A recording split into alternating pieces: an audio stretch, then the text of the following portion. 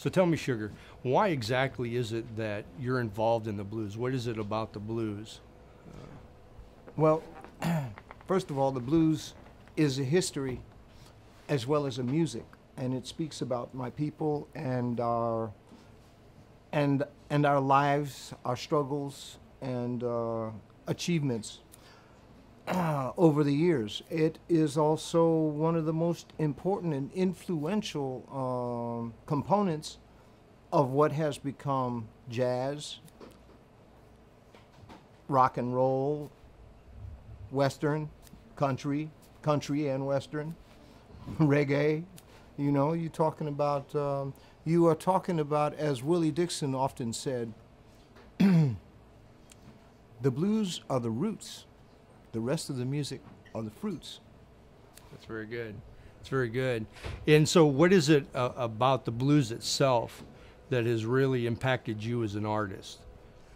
Well, basically, it's the history of the music, and the social. I mean, you know, the social commentary that has been so much a part of the music ever since its creation, and I'm just a part of its evolution. The blues is basically the history, the musical history of black people in America. It has influenced, and it's amazing, because a music that started out under the oppression of slavery has had such an incredible influence and power that it has changed the listening habits of the world. Wow. So, I mean, you can chain an arm or a leg, but you cannot chain a mind. And the power of this music is the power of a mind exploring its freedom. And that is the beauty and depth and reality of the blues, and that's one of the reasons that I continue to play it.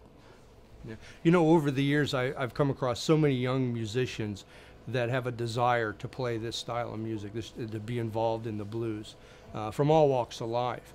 If there was somebody that was young and just, you know, wanting to get involved, what kind of advice would you give them? You know, if there's like a young guitar player or a young harmonica player and they wanted to learn how to play the blues and get involved, what kind of directional advice would you give them? First of all, I would tell them that they have to become somewhat of a musicologist and an ethnologist and a historian, because this music is so much more than the sound. The sound that you hear. This music is the story that has traveled 300 or 400 years since the Middle Passage. And everything that has happened and gone down and people have gone through, the black people have gone through, is what it took to make this music what it is, you know, and the effort to survive, the defiance in the face of oppression, that is also a part of the heart and soul of this music, and that's what gives it such an immense power. Mm-hmm. So if you want to play the blues, you have got to know more than a record or a CD or a few names of a few gentlemen, be they Muddy Waters or B.B. King. You have to know the history of this music and the people that created it if you want to be able to communicate fluently in this language. Yeah, and it seems like this genre of music is just that. It's like a dialogue sometimes when you're performing with other people.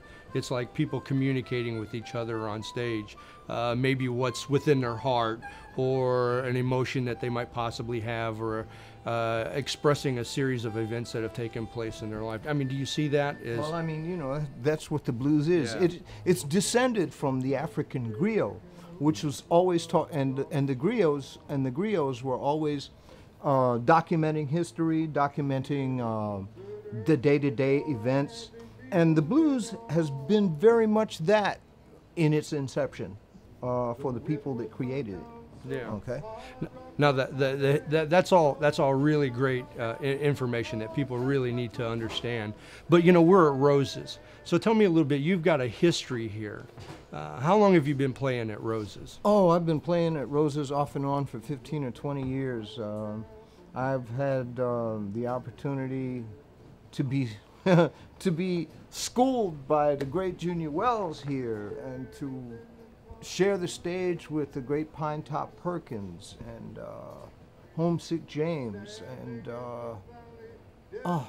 I mean, more people than I can really sit down here and you know, I could drop names for the next hour. But the point is, this has always been a place where you could come and hear the best of the music and the best of the entertainers, and it's also a very home-like atmosphere that Mama makes possible. You know, every now and then she'll make a little pasta for the boys. That's what we've heard. That's what we've heard. You Now, know? it seems like Mama is at the heart of this place. And Mama and Tony, Yeah. okay? Because Tony came here because Junior Wells said, "Hey, you want to play blues? You got to get out of Italy." So he Right. came here. And Mama, you know, not so long after said, "My son, maybe he needs a little looking after."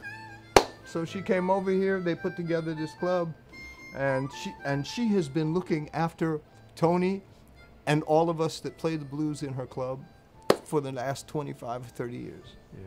So when people are out and they're traveling, let's say they're coming through the city of Chicago, don't you think that this is probably one of the stops that somebody should make? Whether they understand or know the blues at all, this is just like an iconic place. It doesn't matter what you understand, because we are here to help you understand.